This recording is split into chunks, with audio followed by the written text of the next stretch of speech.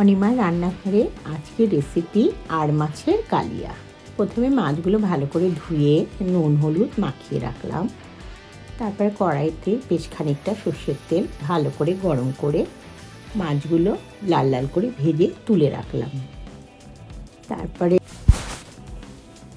Mixer গ্রাইন্ডারে 4-5টা শুকনো লঙ্কা, 2-3টে এলাচ, 1 চামচ সাদা জিরে, 1 চামচ হলুদ, একটা গোটা পেঁয়াজ আর 3-4 চামচ টক দই আর সামান্য জল দিয়ে একটা পেস্ট তৈরি করলাম।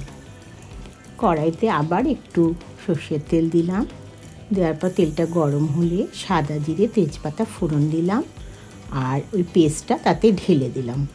দিয়ে পরিমাণ মতো লবণ দিলাম, দিয়ে মশলাটাকে বেশ খানিকক্ষণ কষিয়ে নিলাম।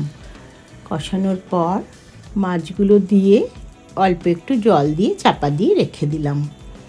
একটু খানিকক্ষণ পর ঢাকা খুলে মাছগুলো সেদ্ধ হয়ে গেলে নামিয়ে দিলাম।